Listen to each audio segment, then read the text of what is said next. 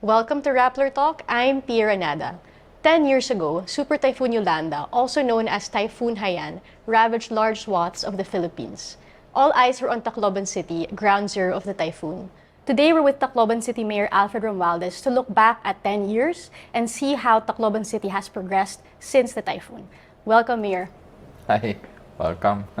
Yeah. Thank you so much for joining us. We know that Typhoon Haiyan is a very memorable part in the history of the city. When we talk to residents, it's still very fresh in their memories. Like they recall the day the typhoon hit, and we're sure that the same is true for you. So I guess the first question I want to ask is, looking back, no, parang 10 years have passed, but I'm sure Haiyan is still alive in the city and in your experience. What is one memory during the typhoon or even in the aftermath that you can't forget till now? Well, of course, the strength of the typhoon. At that time, we really did not know that there was a limit, because during that time we were told about 200 plus, like 240 kilometers per hour was the typhoon. But when it hit, it was gusting 350 to 375 kilometers per hour, according to the scientists that, Philippine scientists that, reported that. And another problem that we encountered was the erraticness of the tracking the storm, that the speed of the storm. Because, there was a pronouncement that a day before, that the night before, that the storm was supposed to be hitting us at about 11 o'clock in the morning, but it hit at about 7:20 a.m. So that's a big, difference. It's like, 4 hours difference. So that's why everybody was caught, was quite surprised with that. In fact, we also were confused because the storm was so strong that the pressure, the low pressure was so strong that it actually pulled water out of the city.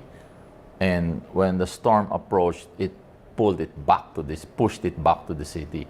So that storm surge was tsunami-like. It was like a tsunami, which was not also, anticipated or expected. We were expecting about a few meters, but we didn't expect like it would go as far as 2 kilometers inside. So those were the immediate reaction. Is there a scene, Mayor, that you remember from those days that really struck you and has never left you? I remember going to the coastal area because we were evacuating people still that morning. And we went to the coastal area and we saw that the tide receded. So immediately we were calling people in the headquarters to start evacuating people in the inner lands. Because when you talk of a tsunami, the water will enter even the rivers and even the waterways. So people think that they were safe because they were inside, away from the coast. But when water hits like a storm surge that strong, it's dangerous to even stay in the river, because that water will go upriver. And, everyone along the river is going to get hit. And this is what happened. That's why we were calling. And when I was calling them, it was the men who noticed that there was this wall of water coming toward us, and he pulled me, and I went inside the building. I think CNN got a copy of that video, and we had to go through the ceiling to, save ourselves, and climb through the ceiling and go up to the roof, close to the roof, but in between the ceiling and the roof, that's where we were. And in a few seconds, water was raging already about 15 feet high, and raging water coming in. So this is what I remember very clearly. And I had about 14 men with me, and I immediately after that water receded, I had 7 left with me, and the 7 survived, but they were swept away. But they survived. So that's how I remember very clearly. Even the faces of my men that were there, that, when I was telling them to do this, we move here, we move there, and we have to shout because the winds were so strong. And I noticed most of them, their voices even were shaking. They were crying because it's like really waiting, when you're gonna go. Because if we slipped and fell in that water, we were gone. Mayor, fast forward to 10 years, we're standing here today, and my team and I were walking around yesterday, and we saw nagbago talaga yung Tacloban. Tacloban has changed. We see the seawall is there that you pay, I think it's 10 billion worth, and we see that the Astrodome, for example, is repaired. I mean, things have changed, the city has changed. But for you as mayor, what changes have you noticed? And even among the residents, what has Yolanda done, or what change happened because of Yolanda? Well, there was a immediate change, and there was, what would say, a long-term change. No, the immediate change was, normally people here, we don't check the weather unless we look at the skies and it's gray and the wind's abnormal, it's kind of strong. Then we ask, may typhoon? Is there a typhoon? Now, whether the weather is clear or not, if they know they're going away or they're going to the water or going to the beach, they always check the weather. And that's what I noticed. Number two, they already know where to run to in case of, because they're also aware. During the time, we had a campaign, and we were telling them that a tsunami travels about 500 miles per hour. And we have, of course, the Philippine Deep, in the Pacific there. Something happens and there's an earthquake there, it will only take 30 minutes before, a tsunami hits us. So where do you run to? Where do you go? So giving them that idea, and even the businesses now became more resilient. Many hospitals now, their emergency room is on the second floor. It's quite high, you'll see that even their ramp generators, they put it now on the top floor. Many of them have made that adjustment. There's some that still don't, but there's many of them, most of them, have made those. And people realized also that, it's really staying in the danger zone. It's really very dangerous. Because, when a storm hits, there's no time to move. Once the storm hits, you have to stay put wherever you are because it's too dangerous to move around. And I would say a lot of learnings that, but there's a lot more that we have to, because we shouldn't just, prepare for storms. We have to prepare for earthquakes. We have to prepare also for fire. We have to prepare for flooding, so many things that we're in the rim of fire. So, we have all these challenges. That's why one thing I can say that we planned to put most of the people to relocate in the north because it's the safest. I mean, you don't have landslides there. You don't have even tsunami or storm surge. It's quite safe. Less challenges. But of course, putting housing there is building a community. And when you build a community, you need the utilities have to be up. You need an infirmary or a hospital. You need a fire station there, a police station there, and very important, you need schools to be there. So there's a lot of things you put. People were just thinking, just build the house. It's not that simple. It's really building a community. And it took years to be able to do that. In fact, even to widen the roads and all that. But the challenges there was that, when you have so many people helping, like, the national government came in with their National Housing Authority and they put houses there. Basically, the local government only has a say on who stays there. But we don't have a say basically on the design. We don't have a say on the construction. It was difficult for me for that during that time because they just started building. And some of them, did not even comply yet with the proper requirements for a building permit, for their land location, their zonal location, But, if we go through the motions of having all those requirements passed and all that, then they'll say, I'm delaying all of this. But, you're going to build 14,000, 17,000 units. That's not a joke. That's a lot. So, who's going to do when you survey the land, when you plan, the streets and all this. So they did that all. So I had to fast track, And unfortunately, many of them did not comply. That's why we have problems there of, substandard homes. I mean, houses that were built. When I encountered that, I saw that after 5-6 years that these houses, many of them are substandard, and the recourse that they were taking was to file cases against these contractors. Then this is what I said, that case is going to take forever. I promised the people, to put them in houses, to get them out of the danger zone. And how can I fulfill that promise if, they did not, build these houses correctly, properly, that, I cannot even issue an occupancy permit because it's not safe. So I had to ask the President Duterte at the time. I said, I was asking him that if it's possible, most of these houses, completed or not, turn it over to the city, and I will look for a budget. If I have to spend most of my budget in just repairing these houses so I can get my people to the safer area, I'll do it. And did you do it? Well, they didn't turn over the houses. They turned over most of the common areas. We were in Greendale Residences yesterday, and we spoke to some of the residents in the housing, and they did say that that area, I think phase 2, phase 1 at least, has been turned over to the city housing, they called it. So, na-turn over na sa city government. Hindi pa. Hindi pa na-turn over yan. In fact, ang na-turn over were the common areas. What they say turning over, physically, we turn it over. But I've been asking, in fact, they're working on it now.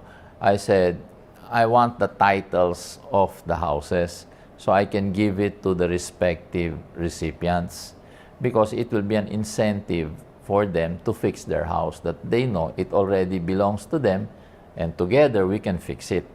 But I have not gotten yet those titles, and this is what we've been asking. So I can now give it to the people, and and they can see, and they can feel secured that that they already have not only possession but ownership of that house. As the Tacloban Mayor, you did make a campaign promise to provide land titles for the beneficiaries. So you're saying it's difficult now, but how far have you gotten with that? It's, well, according to NHA now, they're coming up with a few thousand titles to be given out, but it's less than half, and I'm asking for more. And that has been conveyed to the President, and the President has already told the General Manager of NHA to fast track that. And that's what they're doing now, because I really want to give all the titles to individual houses. And it will also now give us an opportunity to be able to make major repairs. Anyone will tell you that it's more expensive to repair than build a new one. Because even the walls were substandard, you have to repeat.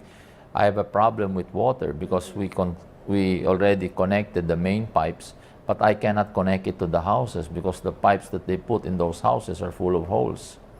So we have to repipe the whole house. So some sort of compromise we're doing is one faucet for each house. We just put a new pipe on the surface, and this is what now the water district also is doing, to start doing that. We put now, of course, we have common faucets, and if it's a common faucet, there's no charge. But now we put when you put water to individual houses, then there's a charge they'll have to pay, for that. So, is there a target, Mayor, for when you plan to provide water for individual houses? Like, what is the current goal, the timeline for that? Well, right now, the water district, they're tasked to do that, no? And it's privatized also together with Prime Water. So it's a private company that's doing that. And what we're doing now is to supply the bulk water to I think, prime water. Then prime water now is the one that will connect it to different houses. But then it's a problem because even many of the people there prefer, to use the pipes. But the problem is, as I said, most of the pipes that they put there are very substandard that we have to put new pipes in. Do you blame NHA for the substandard pipes? Who's accountable for that? Well, they were supposed to do their regulatory functions. When you tell a contractor to do what, according to the plan that they designed and all, and he does not comply, NHA filed cases. But at the end of the day, that's why I'm saying this is what's happening in other areas. They filed cases. It's been 20 years, 30 years, the case is still there, but the people cannot occupy the houses. So that's why I decided to see the president at that time and tell President Duterte that, if the houses can be turned over to us and you continue with your case, but turn over the houses so I can give it to the people and we'll just fix it. And in fact, many contractors were surprised because, they're used to just having the case and just sitting on that case for 20 years, for as long as it takes. But, that's why we were able to get a lot of people in because we took over some of those houses physically and, we instituted also some repairs, that we could do. But the roads particularly is what we focus and drainage. Because it's not only the houses. Because even the way it was designed, there's some areas that are flooding. There's some areas like, for example, the septage. My golly, it's really bad. The septic tanks that they put. There's one village there. The septic tank is really it's really substandard. When it rains hard, and all that dirt comes out, then it goes to our waterway. So for all this, Mayor, do you have a target when to finish it? Because we see families every day, they're really suffering. I mean, they also want to know when can they expect some improvement? Because my hands are tied also because we're pushing for the water, but it's drought season now. And we're having a hard time because the water they're getting from is the waterways and it's run dry because of drought. But my prediction in a few weeks' time, we'll get that water back because the rain's coming back, But we're also building pipes from what we call surface water, but it's quite far. It's from other municipalities in the big rivers there that they're going to pipe in now water for Tacloban. Because this problem we inherited, this used to be under the provincial government, but we became a highly urbanized city. And what happened is for more than 50 years, these pipes were never rehabilitated or changed all over the city. And we're doing that in the last 2 years. We're changing all these pipes. So that was really my concern. But, it's a problem, but my target, if you ask me, so Mayor, you promised this. No, I did not. I promised to do my best. And to tell you frankly, my target was even yesterday. My target was last year. I keep pushing this, in fact, that's why we had water tankers just to deliver water to them, all that. Before it was public transportation. Now we've got public transportation there. Before it was schools. Now we've got the schools there. So these are all coming. It's just a big investment. Just to pipe in that water, it's like 30, 40 kilometers away. And we have to pipe it in. In fact, we solved one problem there was to go through so many lands. And now we decided so we don't, have to go to court and expropriate land. You just go through the highway that entering Tacloban, and that's where you put the pipes. Is there anything in the system currently, Mayor, na we can see a lot of red tape and damning delays with the bureaucracy? Is there something, a way we streamline that system so that when someone needs a house, that house can be built fast and it's a good house and they will want to live there?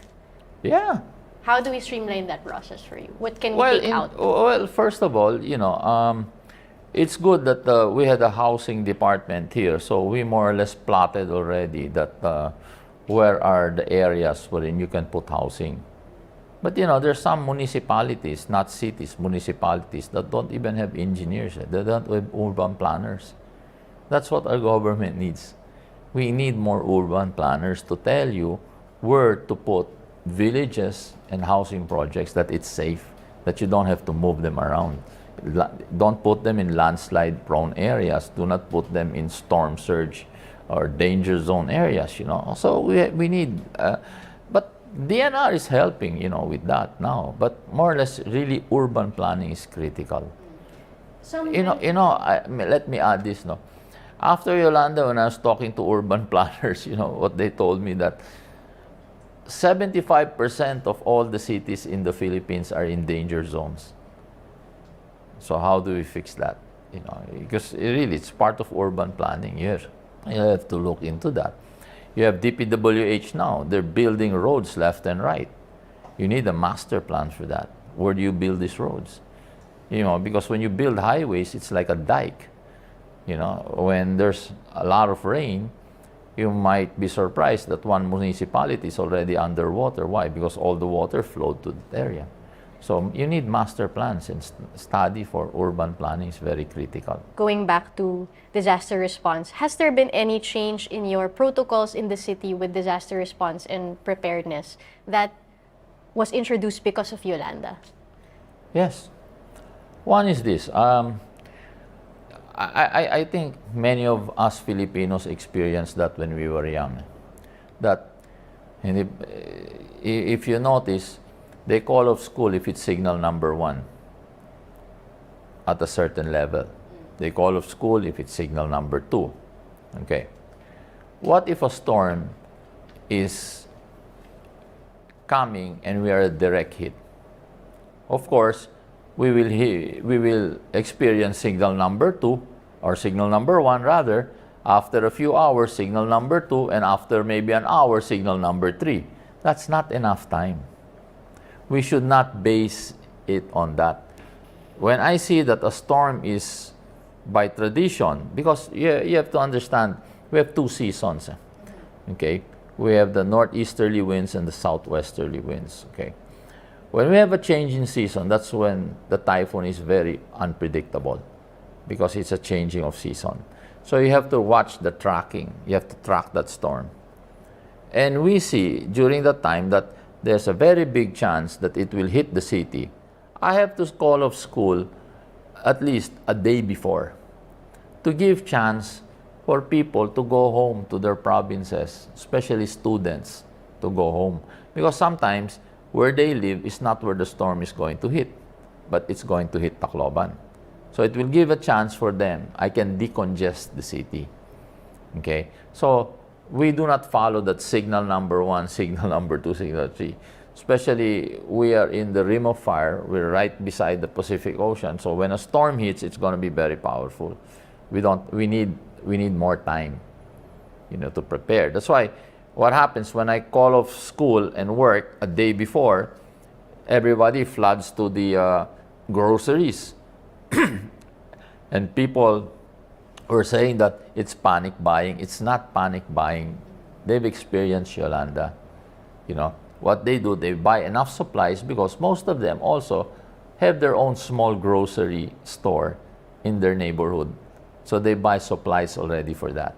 So they can supply the neighborhood in case of a storm, we are in a direct hit. So this is what I'm saying. It's preparing the public. But the public has to be given more time. We cannot tell them we're signal number 1, elementary, but college will continue to have school. And then 2-3 hours later, we're already 2, and we're going to go to 3 in an hour. I mean, you have to tell them right a day before that chances are it's going to hit us. It's definitely going to hit signal number 3, and we call it off already. Mayor, how do you enforce the no-dwelling zone policy? We have done engineers together with the engineers of the national government, with DPWH, going out there, and telling them that, we have to tell them to move. And so far, we've been successful. In fact, I saw that's one of the success of the embankment that they put. The seawall, is that? Yeah, because when you put the seawall there, it really is a signal to them that, it reminds them that there's a seawall there, and in fact, the seawall that's there, the waters of that storm, Haiyan, was higher than the seawall. But it's a reminder, that this will just soften the storm surge, but you're still definitely going to feel it. But it's a reminder to tell them also that, Mayor, do you agree with the proposals from different quarters to establish a Department of Disaster Resilience? You think it's a good idea?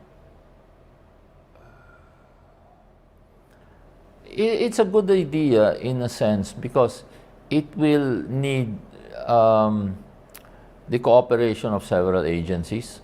So you can get actually technical people, who have that experience, like movement of population, logistics, people coming from the Weather Bureau, having that understanding, you talk of disaster, engineers to see how do you build back better, how do you build a resilient structure. Okay, but when you talk of response, remember, you're talking of rescue, retrieval, and relief. So those three aspects. So one agency can focus on that. Yes, I think it's important to have that. But when you have such an agency, I think a school should come with it. Parang center of excellence. Yes, a school wherein they'll be trained to have some specializing or specialties, that they will understand movement of population, they will understand weather, even food. Up to now, that's what I'm saying. One of my, I wouldn't say complaints, but one of my observation that we really have to go into is that we have to fix this because other countries now, in terms of a storm, like when Japan was hit by a tsunami, they distributed edible food, which was very light, but ready to eat. I mean, so it's edible, it's ready to eat. We still give rice. You have to cook the rice. You cannot eat the rice the way it is. You give canned goods, I think we should change that. We should come up already. We have DOST there. And they were telling me that they already have that. I feel it's very important because, imagine we had like, for computation, 10,000 families. You give 50 kilos of rice. That's how many kilos of rice a day that you're going to distribute. You need trucks, in a disaster, you cannot mobilize that much. You'll be doing that every day. But if you have edible food, food that's edible immediately that they can eat and it's light, then it's easier for us to, for the public, to give the public. And also another thing that, we are looking into, we need special equipment that can filter water because water becomes a problem and you can survive longer with water rather than food. So water is critical. So that's why one of the things major help given to us was MMDA I remember by now Senator Tolentino because he was in charge of MMDA and they came in here and they had the water filtration in a trailer that was giving water to the people. That was a big help. Yolanda was a typhoon or a calamity that one of the issues that really came to the fore during that time was the dance between local and national government. Like, where did one's role end and the others begin? There was a lot of kind of confusion over who should take over what. What do you recommend to make that less of a challenge in the next typhoon or calamity? Parang how do we make sense of the functions of each so that it's more seamless? Well, what you said earlier, and having that department that would focus on something like that, because you see, in many disaster, you're focused on lives of people. So you have to find out first how many people are there in the area that got hit, and can you contain or can you rescue or give them relief? Can you do all that? The three aspects: relief, retrieval, and rescue. Can you do those three aspects in that? Because if you can't, what's going to happen? Like what happened in Tacloban, for example. Our population, about was close to 1 million when this happened. But our nighttime population during that time was only 230,000. So if you have close to 1 million and then 100,000 people fled to a nearby city, Catbalogan. So their population doubled in 48 hours. So they were feeling now that, because they don't have enough food, they don't have enough toilets for them.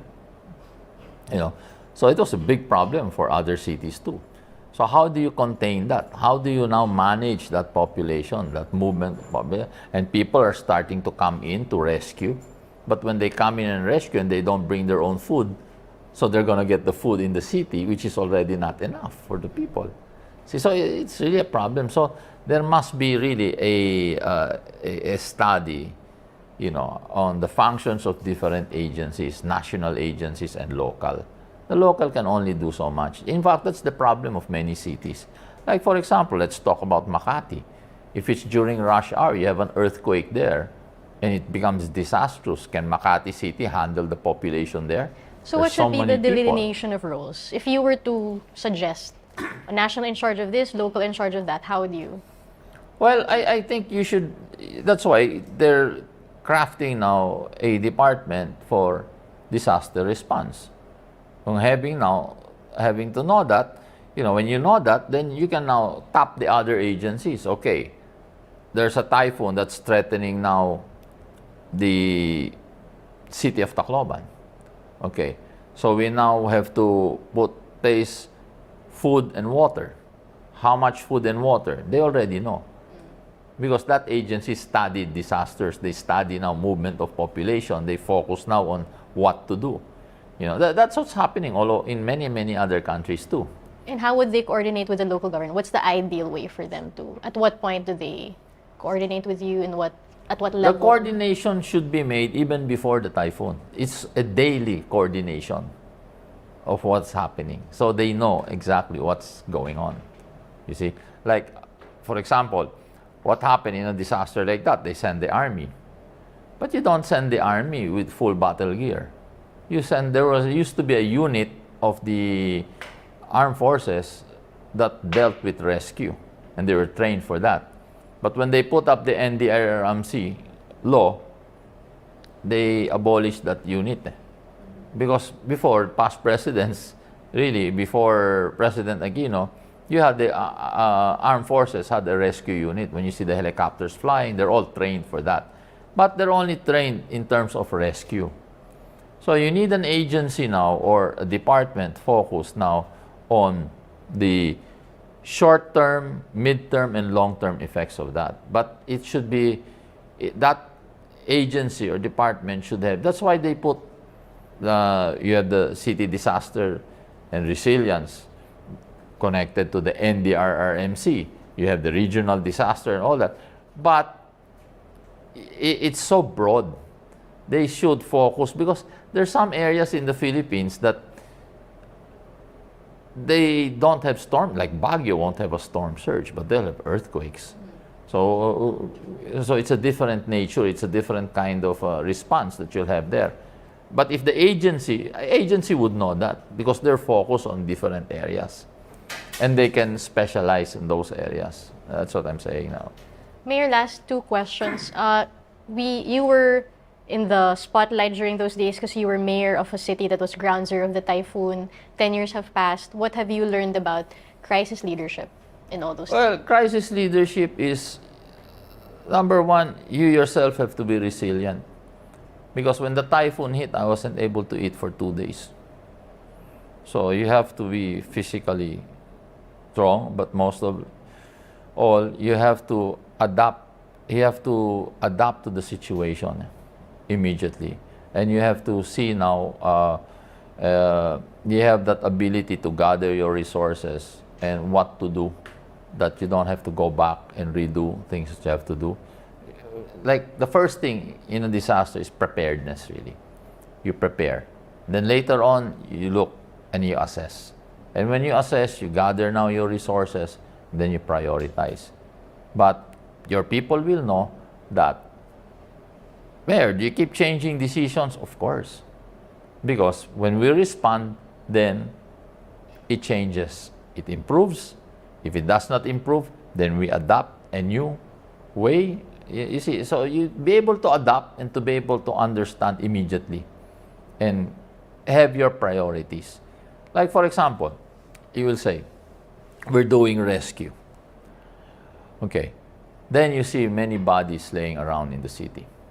Okay. Psychologically, it's not good for the people. That's why I focus on retrieving bodies and burying them to put closure. Because, I encountered many families wherein, their mother died, the father is dead, the grandmother's dead. And they tell me, Mayor, we don't know how to bury them or to bury them. So we get the bodies and we bury them. Closure. So they can move on. But we cannot leave them there.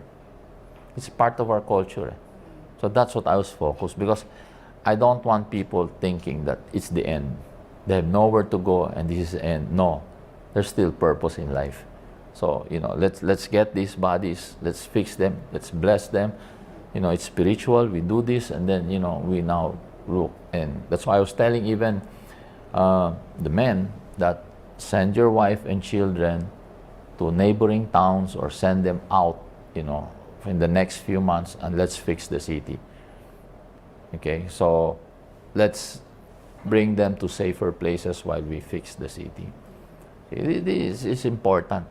That's why I did not want to go into politics or anything like that and all, because it will make the situation worse. In fact, there were some rallies that were being done, which I tried my best to pacify them. Let's not do that. Let's just focus, and let's move on. Let's fix all of these problems ourselves, and let's move on. Mm-hmm. Last question, Mayor. Yolanda has been 10 years ago. Some people are saying many might have forgotten the lessons of Yolanda. We see government struggling to, for example, ensure a minimal amount or even zero casualty during typhoons, during calamities. Do you think that Haiyan the Philippines has learned from Yolanda or has kept these lessons to mind? I think so. There's a big effect. Because before, people thought that, well, as long as I'm not affected, I'm okay. But, little did they think that they got affected and they got hit. And people actually that didn't get physically hit by the typhoon, or I would say there are no damage and all that, but just walking around and seeing people dead all over, and you're seeing the devastation, my golly, you never forget something like that. So just alone walking around the city and seeing. I have some of my friends that came here and helped respond, and they saw what happened. It's affected them up to today. That, when every time they go to a different place in the country, or even in another country, they always ask, well, what are the things that happen here? Is there earthquake here? Is there flooding here? They're aware already, because when something like that happens, you want to know where to go. You want to keep your family safe. It's similar to what happened to the tsunami in Thailand. Something they'll never forget. And it's like that. You have to be aware of your surroundings, where you are. But more importantly, really, as a leader now, what I'm saying is this: that there are many sectors now in society that live in a city. And some of them from the private sector, from the NGO, from the government, we need a summit because they all have data. And it's good to gather all that data, and that's where we now formulate a good policy. And a policy that we call a living document, which will constantly change, not drastically change, but will constantly change for the better, so we can respond immediately to the needs of the people. Because it's the people that's important. That's our job in government, to make sure that they're safe, but most of all to make sure that they have an understanding of things. I mean, it's not our fault that the typhoon came, and we've been telling them don't live there in the danger zone. Because why is it called the danger zone? Because it's a dangerous place to stay. You see, and that's how we just have to keep explaining to them and preparing them in advance, that move. So it was so difficult, when that happened, because that's when we saw the importance of movement of population. In fact, when I had a meeting in Singapore, it was a meeting gathering of mayors from ASEAN. They had the same problem. Movement of population. You know, the foot traffic, especially cities because they're the economic hubs. You know, especially the regional centers. There's a lot of people there. And here, traditionally, when there's a typhoon, everybody wants to stay in the hotels. Everybody wants to come to the city because the major hospitals here, the banks are here, you know, the drugstores are here, especially the elderly because they need their maintenance. It's all here, you know. So imagine you have all these places full and you have to evacuate people. Where? Where can you put them? It's already full, you see. That's one of the challenges that we have. Data-driven response is important. Yes, it's important. Thank you so much for speaking with us and helping us understand your experience also 10 years ago and also recovering 10 years on. We've just been speaking with Tacloban City Mayor Alfred Romualdez for the 10th year anniversary of Yolanda. Rappler continues to cover the Super Typhoon's anniversary. Stay tuned for our stories and our updates. Once again, I'm Ranada. Thank you for watching.